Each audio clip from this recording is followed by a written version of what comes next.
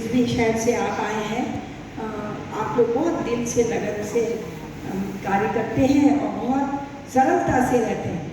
और बहुत अच्छी बात बताई डॉक्टर त्रिपाठी ने कि ये अगर हम लोग ये बोर्ड और डिस्प्ले और बैनर और ये सब भी कम कर दें, पैसे की भी बचत होगी और किसी की ईगो भी हर्ट नहीं होती और कोई क्लैश नहीं होता तो क्योंकि हर जगह के प्रिंसिपल्स प्रधानाचार्य से अवश्य सपोर्ट मिलेगा।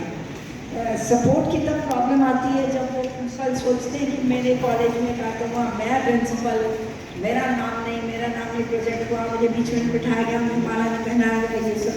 तो जब किसी को भी नहीं माला पहनाया जाएगा तो ठीक ही रहेगा। मैंने कई कार्य मैंने मौके जब मैं प्रिंसिपल रही मेडिकल कॉलेज में किए और वहाँ पर इतने झगड़े हुए कि जो जैसा आपने कहा कि बीजेपी वालों को भी बुलाओ, मैं मानती हूँ सबसे अच्छी पार्टी अभी तक की और सबसे सरल हम लोग के सिद्धांतों से चलने वाले आरएसएस के सिद्धांतों से सबसे ज़्यादा मेल खाते हुए राष्ट्रवादी हैं ये पार्टी और मोदी जी और योगी जी के नेतृत्व में बढ़ रहा है, इसका तो जवाब अवतार है। मैं मानती हूँ मोदी जी और योगी जी ये लोग तो अवतार हैं देश के लिए। फिर भी मैंने देखा कि इसमें कोई शक नहीं है। फिर भी मैंने देखा कि मैंने जब एनएमओ का कार्यक्रम किया तो वहाँ बीजेपी के नेताओं सबको बुलाया, रूलिंग पार्टियों वहाँ की भी, सेंटर की भी और हमारे उत्तर प्रदेश की भी। तो वहाँ पर बहुत ज़्यादा हमारे मंत्री भी, एक आध मंत्री बहुत बुरा मान गए। बहुत कानपुर में तो भरमार है एमपी एमएलए मंत्रियों की, फिर भी कानपुर में कोई इतना प्रोग्रेस नहीं हुआ जैसा दूसरे शहरों में हुआ। वहाँ बहुत एमपी एमएलए और मंत्री भी कानपुर के, उनका आपस में काफ़ी क्लैश हो गया। हमारे मेयर भी बहुत बुरा मान गई कि उनको बीच में नहीं बैठाया गया, मेयर को बीच में बैठाओ, किसको बुलाओ। तो ये सब चीज़ें वाकई बहुत ज़्यादा इनसे पहले ही क्लियर कर दें कि आप लोगों को कोई स्टेज पे स्थान नहीं मिलेगा। स्टेज पे स्थान मिलेगा एनएमओ के जो ऑफिस बैनर्स हैं। तो भारत माता की जय। और वो लोग वाकई में काफ़ी इस मामले में काफ़ी अच्छे हैं। वो ये देखते हैं कि किसको बिठाएगा किसको नहीं। जब आप किसी को नहीं बिठाओगे तो कोई आपस में कंपटीशन नहीं होगा और हाँ, प्रिंसिपल को स्थान देना पड़ेगा।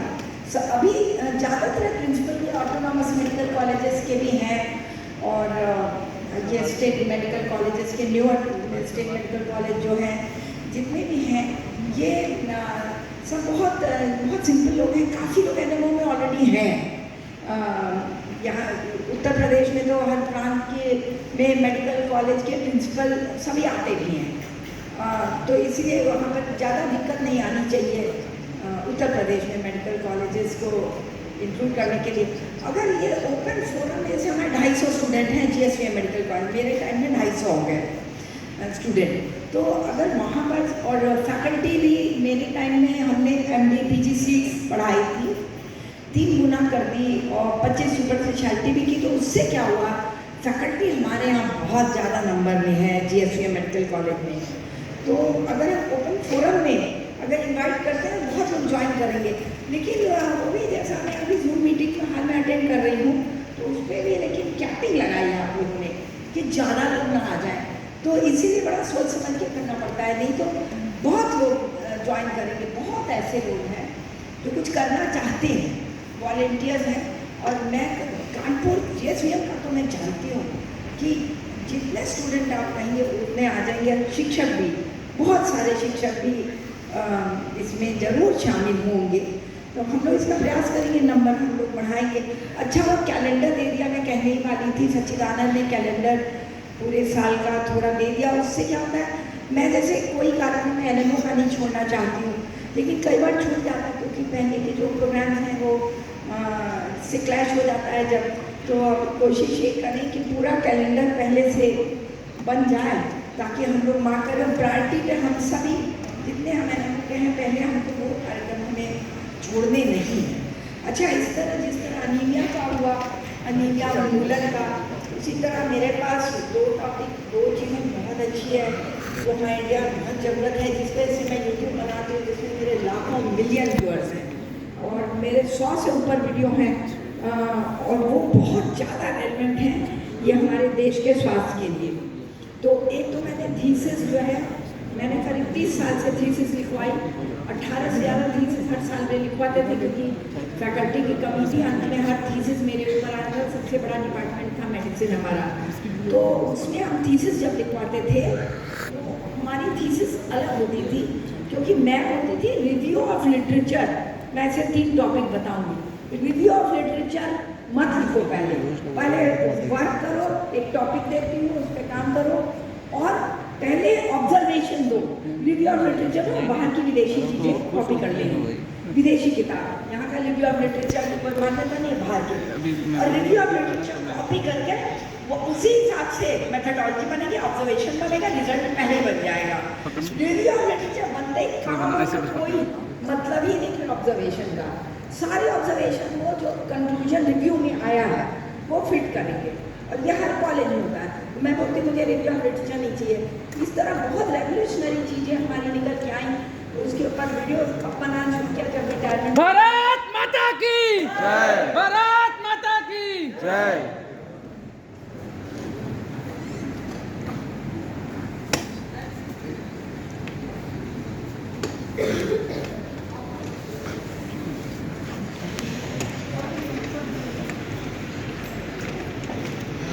तो मैंने इस तरह बहुत रेवोल्यूशनरी चीज़ें निकल के आई ना, विदेशों से कॉपी करते हैं। आया तो बिल्कुल उल्टा।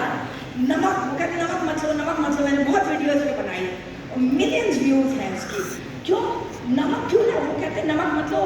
वो कच्चे खाने, दुनिया में कोई देश नहीं है जहाँ कच्चा खाना बनाया जाए। 0 सॉल्ट से कुकिंग हम लोग शुरू करते हैं, 0 सॉल्ट। हमारे आटा, दाल, चावल, सब्जी, रोटी, हम जो भी बनाते हैं, हम दही, दूध, क्या उसमें सोडियम है? उसमें 0 सोडियम है। हम नमक डालें ना तो हमारी रिक्वायरमेंट कैसे पूरी होगी? मिनिमम 10 ग्राम नमक डालना ही है पर पर्सन। और उन लोगों के में ये सब चीज़ें हम एनएमओ के द्वारा कर सकते हैं। ये हमारे देश से रिलेटेड है, हमारे देश के स्वास्थ्य से रिलेटेड है, इसीलिए मैं बता रही हूँ। और वो लोग कहते हैं नमक मत खाओ, उनके हर चीज़ में पहले से उनके मीठा हो, चाहे ब्रेड हो, चाहे उसको वो टोटियाँ बोलते हैं, पिज्ज़ा बोले, बन बोले, ब्रेड बोले, जो भी रोटी की जगह वो खाते हैं उसमें सोडियम बाइकार्बोनेट होता है, बेकिंग पाउडर, उसके बिना बनता ही नहीं है। सोडियम उनका वैसे चला जाता है। उनके हर मिठाई में मैदे का बनती है उनकी मिठाई, और केक और पेस्ट्री और ये हर एक में सोडियम बाइकार्बोनेट होता है। बहुत सोडियम खाते हैं। उनके नॉन वेजिटेरियन सलाइन ब्राइन में होता है सोडियम क्लोराइड। कहते हैं मसाला मत खाओ। हमारे मसाले में क्या है, मैंने इस पर बहुत रिसर्च किया। उनका मसाला है sodium glutamate, sodium taurocholate, sodium glycolate, sodium citrate, sodium salt chemical है। उसको मसाला मत खाओ। यहाँ वाले हमारे डॉक्टर बोलते हैं मसाला मत खाओ। हमारा मसाला क्या औषधि है। हमारे राई, हींग, जीरा, दालचीनी, अजवाइन, बड़ी इलायची होती है, छोटी इलायची बिल्कुल अलग तरह की होती है, और दालचीनी और हल्दी, ये सब हमारे मसाले होते हैं। और गरम मसाले का तो नाम ही नहीं ले सकते, 50 तरह के गरम मसाले होते हैं। बनारस में जैसे आपको पानड़ी और कुछ टिपिकल चीज़ें मिलेंगी और जगह नहीं मिलेंगी, इसी तरह पत्थर का फूल। तो हमारे मसाले मत खाओ, ये तो औषधि है। अब हल्दी, टर्मरिक नाम से आएगा तो हम खा लेंगे हल्दी, वैसे हल्दी नहीं खाएंगे। उसी तरह मैंने देखा कि सीमा ने प्रेजेंट किया, तो तुमने मिलेट्स के नाम पता नहीं इतने, पर्ल और फॉक्सटेल और ये वो, तो इतने सारे ये बताए। तो इनका हमारे हिंदी नाम नहीं है क्या, जबकि India is the largest producer of millet. तो इनका हिंदी नाम कहीं नहीं आया, हम लोग समझ ही नहीं पाए उसके लुक से। अब बताइए, खाने की चीज़ को लोमड़ी की पूंछ बता रहे हैं। उसी तरह हम लोग पढ़ते थे वो कौन सा स्प्यूटम, उल्टी होती है जो हिमाप्टिसिस, हिमेटेमेसिस को बोलते हैं एंकवी सॉस। खाने की चीज़ उल्टी का नाम दे रहे हो एंकवी सॉस। एंकवी सॉस हमने कभी देखा नहीं, हमने कभी खाया नहीं, और वो भी उल्टी चख के क्या देखेंगे। तो उसका नाम इस तरह भारत माता की जय। ये चीज़ें हम लोगों को ये सब बदलनी होगी। नमक हम लोगों को बहुत ज़्यादा खाना है। हमने करीब 5000 केसेस स्टडी किए। नमक शायद ही 2-4 लोगों में हाई होगा, सोडियम लेवल 140 से ज़्यादा कहीं नहीं होता। कितने मरीज मैं भर्ती करती हूँ, अभी तो प्राइवेट प्रैक्टिस में हूँ और मेडिकल कॉलेज में भी जब थी, तो महीने में 2-4 मरीज कोमा में आते थे नमक की कमी से। और इरिवर्सिबल होता है, कहते हैं कोल्डाक्टन दे दो, सलाइन ड्रिप दे दो, नहीं रिवर्सिबल, डेथ हो जाती है कोमा में। आज हमारी प्रैक्टिस में भी महीने में मरते मरते बचाते हैं। बचाना बहुत मुश्किल है, लो सोडियम। पसीने से मैंने सब मेडिकल स्टूडेंट्स के करीब 30 साल हो गए, तब से मैं कह रही हूँ नमक ज़्यादा खाओ। बनियान सबके लेके गर्मी के दिनों में मेडिकल स्टूडेंट्स के बनियान लेके आए थे, मैंने बोरा भर के पसीने से मैंने तर कर दो। और उसके बाद दो उसमें सोडियम आइसोलेट किया, एवरेज 10 से 15 ग्राम सोडियम सिर्फ बनियान में मिला, और कहते हैं नमक मत खाओ। नमक की कमी, ये जो जितनी चेहरे दिखते हैं हमारे चलते हुए, उन लोगों के चेहरे झुलसे हुए, बीमार लगते हैं, हेल्दी नहीं लगते, हमारी आँखें गड्ढे में लगते हैं, हमारा स्किन इरिटेट होता है, हमारे चेहरे पे थकान होती है, हमें नींद नहीं आती, हमारे पैर पटकते क्रैम्प्स होते हैं। इंडियंस में इतने क्रैम्प्स की शिकायत है, हाथों में पैरों में ट्रेमर्स होता है, आँखें फड़फड़ाती हैं, सर में दर्द रहता है, भारीपन रहता है, नींद लगे पूरी नहीं होती, ड्राउजीनेस पूरा दिन होता है। ये सब इंडियंस में होता है, किसी देश में नहीं होता। आप बाहर चले आइए, इवन आपके साउथ ईस्ट रीजन गरीब कंट्री में भी चले आए, south America, south Africa, healthy लोग दिखाई देंगे। मॉरिशस जाइए, चेहरा हेल्दी दिखता है। चाइना जाइए, ये हेल्दी पंडित जी आए अभी। इंडियन हेल्दी नहीं दिखते। आम सड़क पे चलता हुआ आदमी, उसका पेट दिखाई 10 रोटी खा के आएगा फिर भी हेल्दी नहीं होगा। तो इसलिए जो हम लोगों की क्योंकि नमक की कमी, मैं कहती हूँ कमजोरी हो गया, ग्लूकोज खाओ, जो भी पानी वाली है ग्लूकोज खोल के पियो, ग्लूकोज खोल के पिएंगे तो और थकान होगी, चिड़चिड़ा नहीं आ बैठे, नींद है। अरे ठीक है, बॉस को पकड़ना बैठे, बॉस इसको पकड़ना बैठे, सत्यन मिश्रा है। इंस्टेंट इलाज है नमक, नींबू नमक पानी, शिकंजी पीजिए। आप कोल्ड ड्रिंक पीते हैं और आपको थकान होगी और चिड़चिड़ापन, इरिटेशन, एसिडिटी होती है। शिकंजी पीजिए बार बार, रात को सोने के पहले नींबू नमक पानी लीजिए, कभी नहीं शिकंजी पी के सोइए, कभी भी आपको नींद अच्छी आएगी, कभी क्रैम्प्स नहीं होंगे रात को, जो पैरों में दर्द और क्रैम्प मरोड़ होता है। और हर एक के लिए है, मैं इसके लिए भी वीडियो बनाया, हार्ट फेलियर में कोई हो, हाइपरटेंशन हो, किस किताब में लिखा, वो कहते हैं हाइपरटेंशन है तो आप नमक मत लीजिए, किस किताब में लिखा है कि ब्लड प्रेशर नमक खाने से होता है? नमक हाइपरटेंशन की 100 इटियोलॉजी है, लेकिन नमक खाना इटियोलॉजी नहीं है ब्लड प्रेशर की। ब्लड प्रेशर मरीजों को ज़्यादा नमक लेना चाहिए, उनको जो भी दवाई दी जाएगी, ब्लड प्रेशर का इलाज दवाई से है, और जो दवाई दी जाएगी उससे सॉल्ट डिप्लीशन होगा। ब्लड प्रेशर पेशेंट हमेशा बीमार रहते हैं, दवाई खाने के बाद और बीमार हो जाते हैं, क्योंकि उनका सोडियम डिप्लीशन होता है। कौन सी दवाई से नहीं होता है? एसिडिक ड्रग से होता है, ARB ये साल्टन वगैरह उससे डिप्लीशन होता है, डायबिटिक्स तो होता ही है, एम्लोडिपिन वगैरह से वेसोडाइलेशन होता है, डायूरिसिस होती है, लॉस होता है, और जितना आप फिलिप की दवाई देते हैं सोडियम लॉस होता है। अगर आपका 135 से नीचे सोडियम है, आप कभी हेल्दी नहीं फील कर सकते। किसी का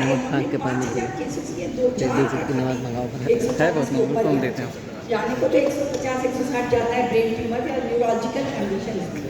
तो इसी तरह की हम लोगों को सबको प्रचार करना है। नमक कौन सा खाना है हमें? पाउडर सॉल्ट, सफ़ेद पाउडर सॉल्ट, टाटा नमक, नॉट सेंधा नमक। सेंधा नमक व्रत में प्रयोग ठीक है, आजकल जो सेंधा नमक है वो नहीं है जो हमारे प्राचीन काल में और ऋषि मुनि हमारे लोग खाया करते थे, भारतवर्ष की जो खाते थे वो चीज़ नहीं है, क्योंकि वो तो एक सॉल्ट बहुत प्योर जगह पत्थर से निकाला जाता है। आज जहाँ से निकालते हैं रॉक सॉल्ट, माउंटेन सॉल्ट वगैरह, वो यूरिया भरा होता है। हमने IIT में रिसर्च कराया, वहाँ जानवर और इंसान टट्टी पेशाब करते हैं, घोड़े और खच्चर वाले, वहीं से नमक निकालते हैं। हमने देखा हमने उसमें यूरिया कंटेंट होता है जो सॉल्टी टेस्ट देता है, बहुत बढ़िया। और वो यूरिया से आपका स्किन और बोन्स और आई साइट और किडनी, लिवर सब खराब होता है। स्किन बहुत खराब, स्किन डिजीज होती है, आई साइट खराब, उसमें यूरिया कंटेंट होता है। इतना तक कि IIT में रिसर्च में यूरेनियम का पाया गया, रेडियो एक्टिव यूरेनियम, उसमें क्रोमियम, लेड, ग्रेफाइट और सेलेनियम, बहुत डैमेजिंग लेड, ये सब चीज़ें हमारे सेंधा नमक में है, रॉक सॉल्ट में। खाली व्रत में खाइए, वो रिफाइंड सॉल्ट नहीं होता, वो क्रिस्टल भी सोडियम क्लोराइड में नहीं होते, और वो इतना कमर्शियलाइज हो गया, 300-150 का पैकेज होता है और बड़े बड़े मॉल में बिकता है, बहुत महंगा बिकता है। और वो नमक सब लोग खाने लगे। क्यों खाने लगे किसको पता ही नहीं है। जैसे एक बार एक बेंच पड़ा हुआ था, एक आर्मी हेडक्वार्टर में एक बेंच पड़ा था, लिखा था बेंच पे कोई ना बैठे, 2 लोग गार्ड करते रहे, इस बेंच पे कोई नहीं बैठेगा।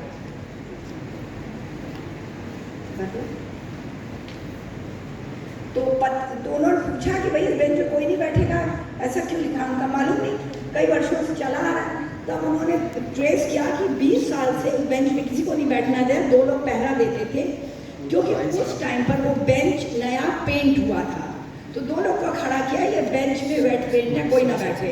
और आज तक भी 20 साल से वो चला आया कि कोई ना बैठे, क्योंकि उसको पता ही नहीं पेंट सूख गया। और इसी के साथ मैं खत्म करती हूँ। धन्यवाद। भारत माता की वंदे मातरम, मातरम।